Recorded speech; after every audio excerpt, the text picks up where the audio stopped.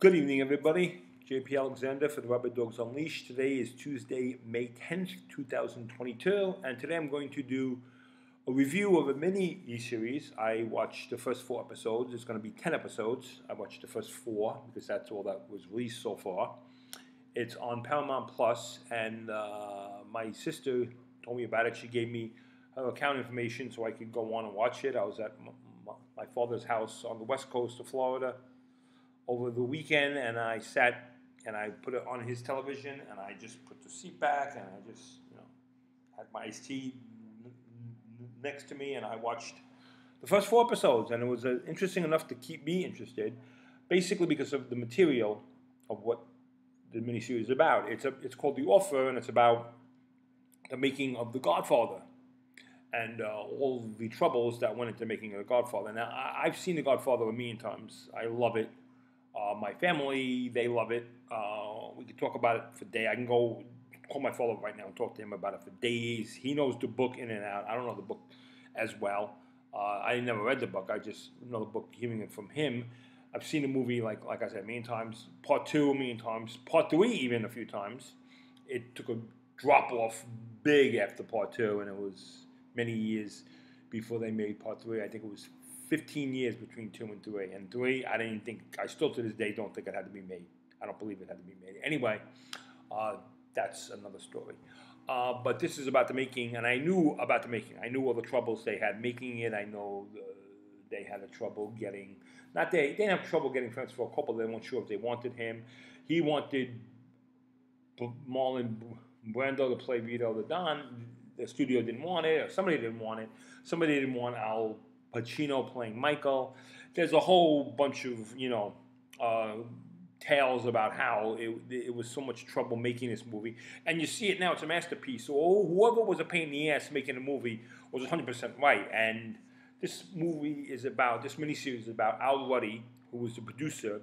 It's more his story. It's based on a book he wrote about this, making of this film. He produced it back then. And he's 92, and he's still producing films. He produced Clint Eastwood's film last year, Cry Macho, which is another step down from The Godfather. But anyway, he's old now, and I guess he was a consultant on this mini series. So they took a lot of liberties with probably the source material or the truth, but I'll get to that later.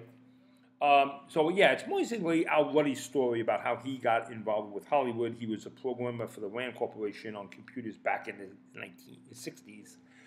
And it didn't really go into him producing some bombs before he got The Godfather, but he did. And it shows one scene where he met Robert Redford, which it didn't have to show, because the movie he made with Robert Redford was total shit. Probably one of Robert Redford's worst movies.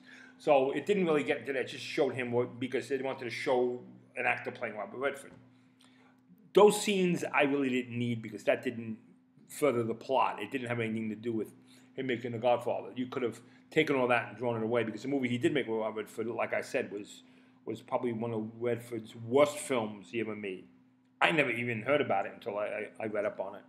When I do reviews, I'm going to read up on, and I'm reading here too. I've seen this miniseries on Rotten Tomatoes.com, and the audience scores 94, and the critic scores 47. I always question when there's a disparity like that, because I know a lot of times the critics will be at 100%, and the audience will be at 52%.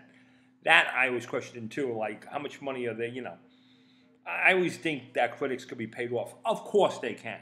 Of course they can. I don't see how they give 47%. I think it's better than that. I wouldn't say it's 94 out of 100. I'd say 72, 7.3 out of 10. I liked it, but I have some problems with it, obviously. So anyway, Miles Teller plays Albert Ruddy. Probably 10 times better looking than Albert Ruddy is. We don't know what Albert Ruddy looks like, so you could have any actor play him. If somebody played me in a movie, I'd say put Brad Pitt or Leonardo DiCaprio in there, even though I don't think they look anything like me. But hey, if you don't know what I look like, why not, right? And nobody knows what Al Ruddy looks like except people who know Al Ruddy, which is not most of us, you know. We know Robert Evans, and the guy, I gotta say, the guy who played Robert Evans, let me go back here, let me look at this a little more. This guy's name is, who plays, his name is Matthew Good. And he is good as Robert Evans. I've seen Robert Evans' movie, The Kid Stays in the Picture. I've seen a lot of interviews with Robert Evans. I was kind of a Robert Evans fan, how he just became the head of Paramount Studios. And he just became the king, and he was only in his late 30s, early 40s was when he did it. So impressive. And he got a lot of films made. Not that he produced them, he got them made because he was the head of the studio. And in this... Jeez. Thank you. God bless you. Thank you. So he got some good movies made. Love Story, I don't think so. I think the movie was shit. Love is never having to say you're sorry. Well, what kind of love are you in? Love is having to say you're sorry even when you don't, you're just saying it. It's like, love, I've never said I'm sorry more than when I was married. Love is meaning you don't have to say you're sorry. Who wrote that bullshit line? Anyway, so let me get back to this movie, The Offer. Guy who plays Robert Evans is good. Robert Evans is the head of Paramount Pictures, but Paramount Pictures is owned by Gulf and Western Company, which I remember always when I saw Paramount Pictures, a Gulf and Western Company. So they're the big overlords of Paramount Pictures. So there, they own Paramount Pictures, so they control, Robert Evans. So I guess through most of this, Robert Evans is afraid of losing his job at the head of Paramount. So he tasks Robert Ruddy to make The Godfather. Oh, it was made by a book by Mario Puzo, and I love the scenes with Mario Puzo and his wife. His wife is telling him, become a hack, write, just get the type in, we're in debt up to our eyeballs, you got to make a hit, and you're not making a hit. And he made a few books before The Godfather, and The Godfather, of course, is his most famous, and, write what you know, and I guess he knew a lot of mobsters growing up. And The Godfather is based, it's not a true story, but it's based on a composite of people. Everybody knows that Vito Corleone's the composite of maybe Vito Genovese, Frank Costello, Charles Lucky Luciano, and Maya Lansky is the real life character, but in The Godfather Part 2, it's Hyman Roth, and Mo Green, who was killed in The Godfather Part 1, was Bugsy Siegel, Benjamin Bugsy Siegel. Composites, and Johnny Fontaine, as we learn in this, is based on Frank. What's his name? Sinatra. At least he thinks it is. I don't know. I never really got into. I know Frank Sinatra had a run-in with Mario Puzo, the author of the book, and you call him. A lot of Italians you call him a traitor to his heritage. Whatever. Nobody called Francis Ford Coppola a traitor to his heritage.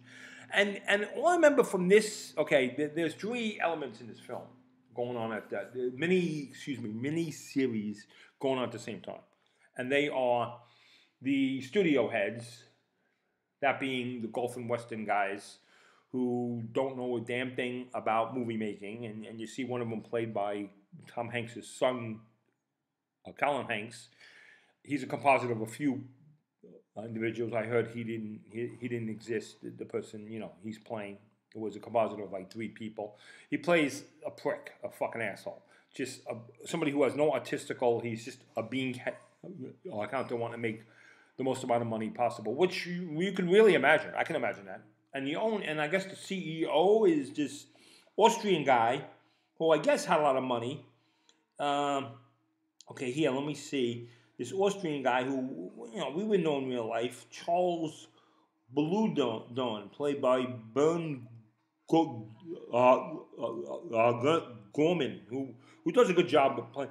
The acting in this film is really good. I mean, this mini series is really good. I don't have anything against any of the acting choices in this movie. I think it's all good. I think all the actors in this are good. I think they all stand out. Fabulous. Whoever cast this movie was good. It was almost like the casting of The Godfather. It's almost as good as that, except for Giovanni Ribisi, who plays Joe Colombo, head of the Colombo crime family.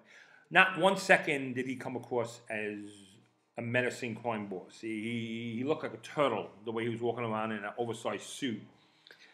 He's a skinny, short guy in real life, and here they're making him try to make him be like a tough guy. I don't buy it, and I like Giovanni Ribisi, the actor. I do. I like him, and hey, at least he's Italian, right? At least his father's Italian. I think his mother's English, German, but he's got an Italian name and he's Italian. Okay, he's Italian. So at least he's Italian. I could say that about, and I could say most of the Italians in this movie are Italians playing Italian. So I'm okay with that. So the casting was good. Okay, so like I said, it had they had the studio their angle here. Okay, then they had the artist, meaning Mary Puzo, who wrote the book and helped write the screenplay, and Francis Ford Coppola, who directed it and also helped write the screenplay. The scenes with Coppola and Puzo in a house in Hollywood, in Beverly Hills, wherever, writing the screenplay is golden. Those I can watch those scenes all day. I can watch them talking amongst the banter between each other. They're talking about Sauce. I can watch that all day. Those are the parts about the movie I really like that rang true for me. That I can imagine them in a house up in Beverly Hills, up on the hill somewhere with a pool, and them just sitting around writing the script, eating Italian food all day, cooking, and writing the script and talking about the script. I can see that. I can see that right on the screen as I'm watching it. I can see that really happening. That I loved, and I could see the higher ups at Gulf and Weston, and I could see Robert Evans too, being assholes and just saying, fucking complaining about everything. Every casting choice they're complaining about. Everybody they want to hire, they're complaining about. The director, they're complaining, Coppola, whatever. We'll make it. It doesn't matter who we make it with, we'll make it. If you have to, who cares? Who cares if you have to fire Coppola and get somebody else with? I mean, that's kind of how the studio thinks. They just want to save money and make the most amount of money. They don't really care about artistical expression or a movie that, The Godfather is great because it's a great movie, not because it made a lot of money, okay? Not because it made a lot of money. All these years later, the money's gone, the money's all spent. It's because it's a classic. That's what makes it. Maybe the studios don't care, but I care. And actually, Paramount cares because they started Paramount Plus, and they have a 10-hour miniseries about the making of a 2.5-hour film. Okay. What I'm trying to say in a small way is these 10 episodes, 10 hours, could have been condensed into a movie. This is the opposite of the film The Many Saints of Newark, where it should have been a mini series. That's a movie that should have been a mini series. A 10-part, 10-hour mini series, fine. That could have done well. I think that could have been done a lot better if it would have been that. And I've already done a review about that. I already told anybody who watches my videos about that, you could go and watch that. Just go Rabid Dogs Unleashed or Rabid Dogs and The Many Saints of Newark. Okay. The problem with that was, like I said, it was a movie that should have been a mini series. This is a mini series that should have been a movie. We don't need 10 hours. Then they're throwing a lot of stuff at the wall here to see what'll stick. And I'll tell you one element I didn't like about this series so far after 4 episodes is the third part. Like I said, the artists, the studio heads, and the mafia. The mob didn't have to be in this movie as much as this mini, I keep saying movie, mini series as much as it was. I don't believe they had that much input. I don't believe that Joe Colombo went into the headquarters of Gulf and Western in New York and was sitting in a conference room and he was given the script by Al Ruddy to read, so we can agree with it. I don't think that. I'm pretty much willing to bet that didn't happen. I don't think Joe Colombo ever met with Al-Wadi at all. Al-Wadi could say that now years later and said, "Oh yeah, I met with him. I made him happy, and he said he was going to promise not to, I guess, try to shut us down, because in one scene he's in the car with Al-Wadi's in the car with his secretary, who's a great." The woman who plays the secretary, Juno Temple, who's British, she's in the show Ted Lasso. She's really good in this. I like her in this. She's really great, and I heard in real life she did help with the making of The Godfather. So the scenes I see her helping, I might be, did she really help that much? And I found out that she really did help a lot, and she became an agent, and she represented Tom Selleck, and I think George Clooney for a while, and I think she's still alive. I believe, and yes, she did a great job, and she is really a strong female character. I truly believe. I think she did a great role. I love watching her too. She's another one that I could watch in this all day. Any scene she's in there, I'm fine with, But again, going back to the Mafia, I don't believe that Joe Colombo had a big, a presence in the making of this film. I don't believe. I think they're making the Mafia seem like a bigger, bigger player in this to make it 10 hours. And the whole miniseries is Al-Wadi going between everybody. He's trying to make everybody happy. Trying to go between. He's trying to make the studio happy. He's trying to make the artist happy. He's a salesman, natural born salesman. He's a good talker. He's talking with the mob. You almost believe the mob is going to like him, and okay, because it's his story. And if it's my story, I make Brad Pitt again play me.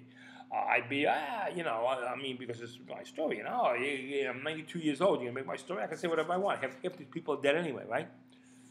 So anyway, again, entertainment purposes, for just sheer entertainment, I love this movie, and I love this miniseries. The parts, I could relate to. I can ring true. The parts, like I said, between Francis Coppola, the whole thing with him trying to get Al Pacino. The actor who plays Al Pacino also is fantastic. He looks like a young Al Pacino. He sounds like a young. I can imagine young Al Pacino as a struggling stage actor, being offered a big and being a little scared and a little timid, going, I don't know if I could do that, And I actually think Al Pacino, out of all the actors we look at and we say he's a great actor, I think he might have had his stage career hijacked by making this film, because he's a big name now. He's been in a lot of big Hollywood blockbusters, and we know him and we love him. But the stage was his calling, I think, in the beginning, and he was great on Broadway. And I've heard how great he is as a stage actor in some things, and I've never seen him on a stage, but I hear he's been fantastic. So maybe in real life, his calling was, and he just did these movies to make people happy, and he became a big star by accident. And he never really, I can't see Robert De Niro, who Al Pacino's always compared to doing Othello or doing Shakespeare or doing Merchant of Venice. The Merchant of Venice. The Merchant of Venice. That's the name of a movie right there. You should do a spoof film called The Merchant of Venice. Why not? Maybe somebody will watch this and grab that and run with it. You have my permission to run with that. Just give me a shout out. That's all I asked for. Anyway, going back to this this mini series. Yes, I like I said, the parts I like, but I hate the Mafia part. I don't believe it. I don't believe Giovanni Ribisi in the role. I don't believe any of it. I just don't. And I don't believe Crazy Joe Gallo, who was in The Irishman. I know he had dealings with Colombo. He was part of the Colombo crime family. I don't believe he was hanging out in Harlem with the black mobsters, and I don't believe he said to some other Italians, "This is my new was it, family. I doubt. I'm gonna bet all the money I have in the bank. I'm gonna bet all my money on the fact that he didn't. That didn't happen. And I'm not going to get into it in this episode. I got into it a little bit in the saints, many saints of Newark. What I find is happening now, they feel like they have to show, I guess, African Americans in everything now, and they don't belong. Not that I'm not saying, but this is a true story. I don't think African Americans played a big part in the making of The Godfather. Maybe I'm wrong. Somebody please write in the comments if I'm wrong. But I don't think, the Italian mob, I mean, for what I know, I'm not saying they didn't have dealings with African American mobsters, but were they friendly with them and hanging out with them? And did Joe Gallo, would he be hanging out in Harlem with, somebody, again, please tell me in the comments, because I don't see it. It doesn't ring true to me. Another thing that I didn't like about this mini series so far is the character of Al-Wadi's wife. Al-Wadi's wife. He meets her in the first episode, just when he goes to a party at the Chateau Marmont. If anybody knows what that is, that's a famous hotel in LA that a lot of fame. I mean, John Belushi OD'd there, I think, and his coke binge there, and there's a lot of famous stories about that place. It's a famous Hollywood landmark now, and it's a hotel that a lot of stars stay in. I think you gotta, it was apartments once, and it became a hotel. I don't know, but he met her there. She owns it, according to this thing, and he meets her, and they fall in love, and they get married or whatever. And then she wants to become a producer and help him. And I looked at the actual person who plays the part. It's Nora, the actress, Nora Al-Nzida. She's French, plays Francois Glazer. But her real name is Ma Prim Hassia. Ma Prim Hassia or Francois Ruddy or Hassia Francois Ruddy. Nee Heisenberg. No, Weisen. She's got more names. She was married to Guilford Glazer, Albert Ruddy, and George Meredith. Okay. She was in the Rajneesh movement. Sounds like something Indian. I heard she was French, but she was Jewish, from Polish Jews or something. French-American follower of Rajneesh. She is what? Okay. Anyway, the real person, I looked at her information on her. I looked at information on the Chateau Marmont. She never owned the Chateau Marmont. I don't know why they felt in this movie they had to have her own the Chateau Marmont. Maybe they wanted to be a strong woman. They had his secretary was a strong woman. They got a strong woman right there.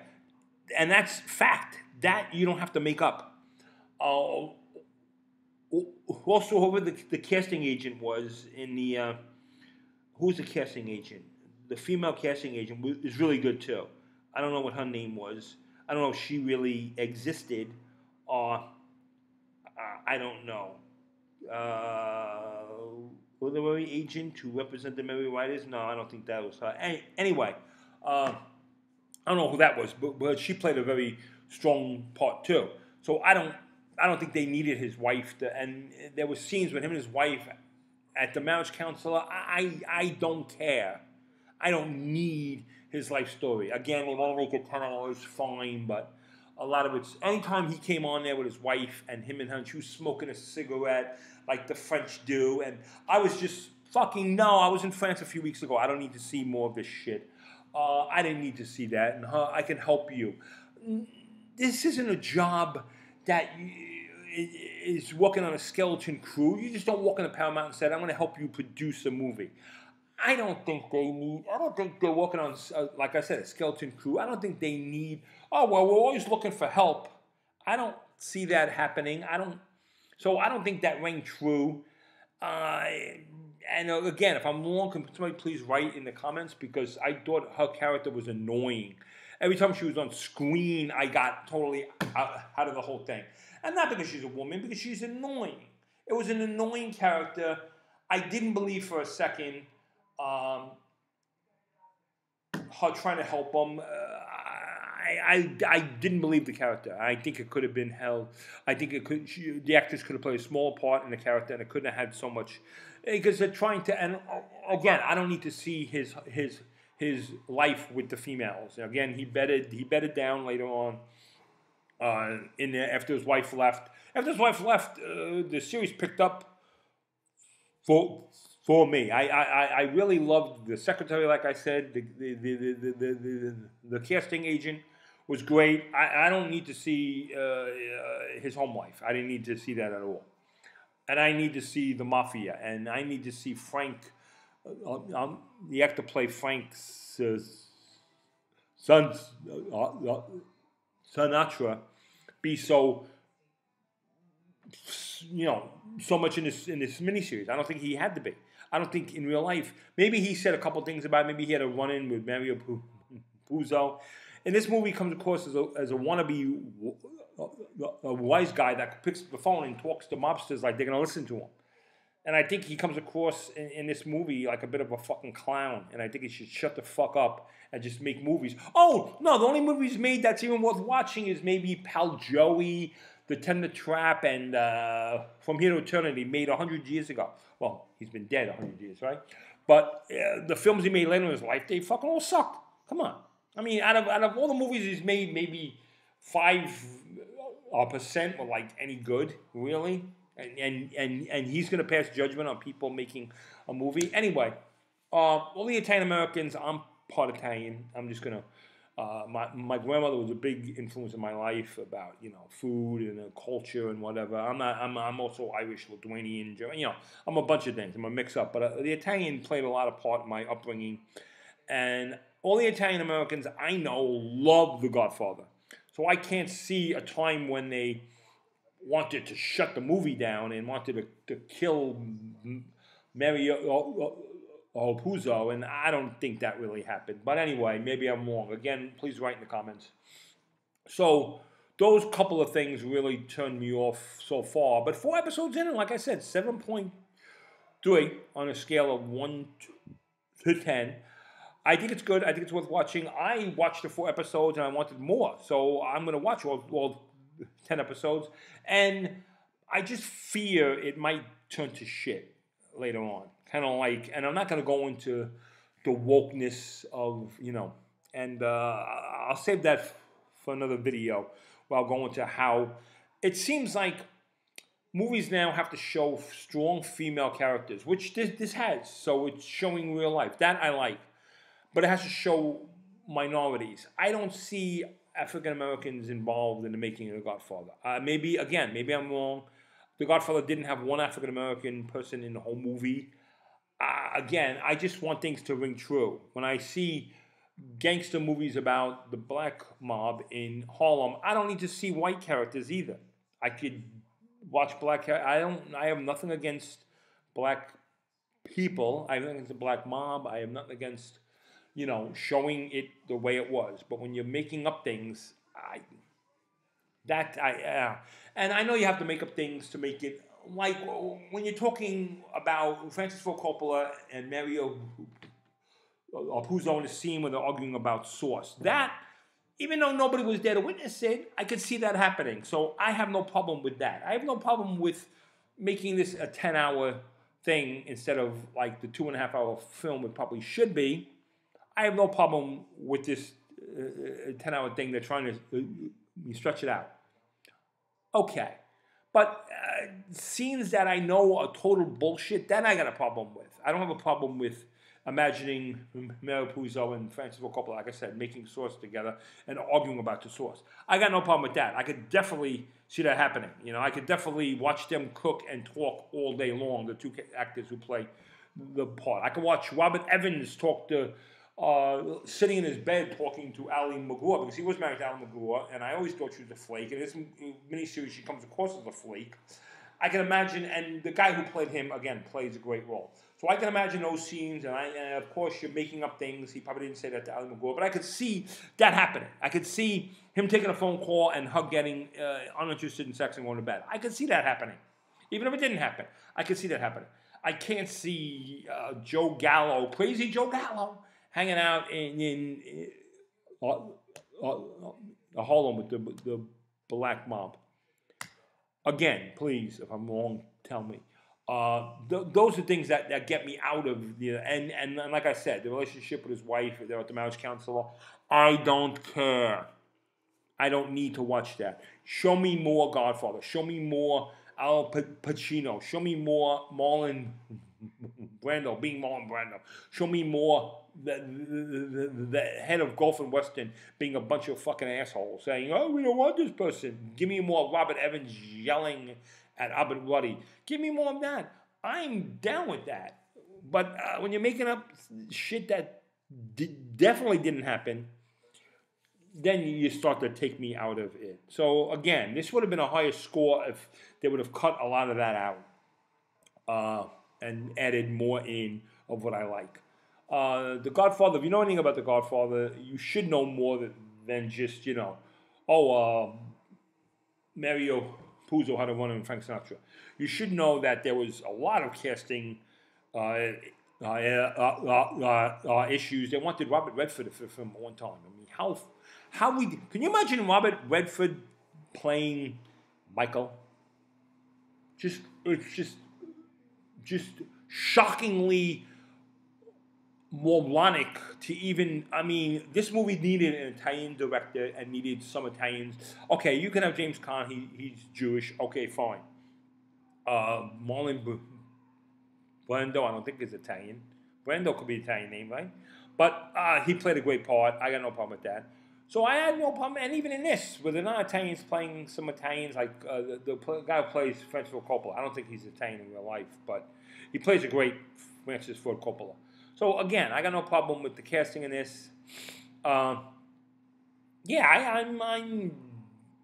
but I think The Godfather would have been a mistake with Robert Redford playing Michael. And just before I exit, on one last note, my father never liked Al Pacino in the role.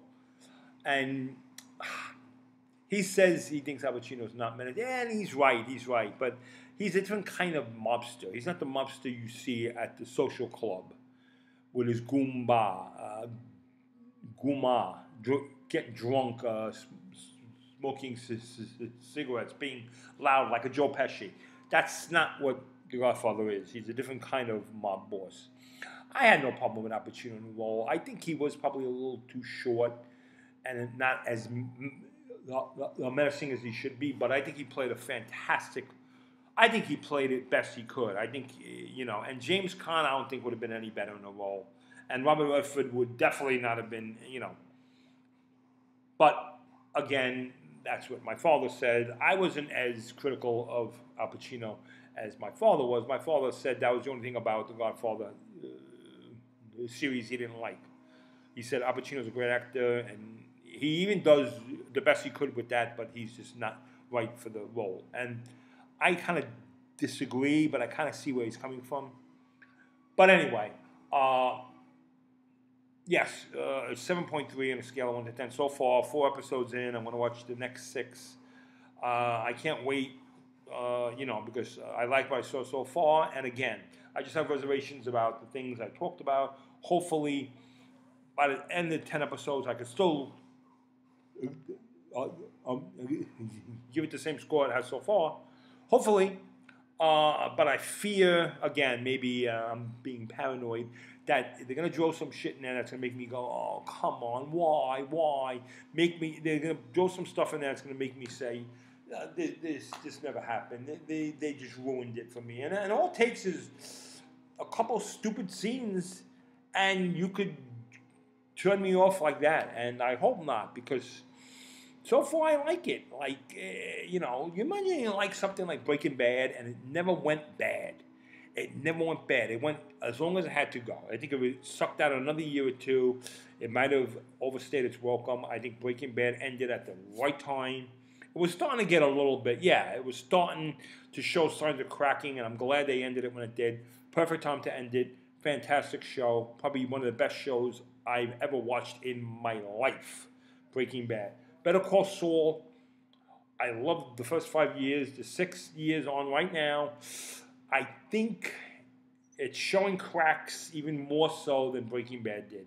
I gotta say, I watched an episode last night, getting off the subject of, well, kind of, it's basically the same thing. You watch a miniseries, and when does it start to get ready to jump there? When is Fonzie putting a leather jacket on and putting on his skis, his water skis, and Richie starts up the fucking speedboat, and he's starting to go, and you see the shark thing, you see the shark in the water, you see the fin, you see the round thing, you see the ramp, and they're going up to the road. When is that starting to happen? It's starting to happen now in Better Call Saul, and I sure hope the season ends on a high note. It has me going, wow, I love that. That was great, because it's sucking one more year than Breaking Bad did. Breaking Bad had 5 years. This is into the 6th year, and it's showing stress cracks a little bigger than Breaking Bad. After 5 episodes now, I gotta say, it's starting to crack worse than Breaking Bad. I'm starting to worry that it's going to end with me going, oh, why did it have to do the last year? You could have ended it last year. Not on those episodes. You could have ended it more with, that, things happen, or you could have, made it in a way where it only had 5 years. You want to suck out 6, I understand, but it's starting to get like, let's wrap it up already. We know this is the last year. We know what goes into Breaking Bad. Let's wrap it up. Let's wrap up what goes on, because, and I sure hope this miniseries, only 10 episodes, but like I said, there's still some signs of it going off the rails, and I'm hanging on, especially since after Mary Puzo and Francis Coppola are done writing, those great scenes are done. Those are on the back burner. So what do they have in stores for the next 6 episodes? I sure hope good stuff. I sure hope stuff I could say, hey, I might even get my own subscription to Paramount Plus.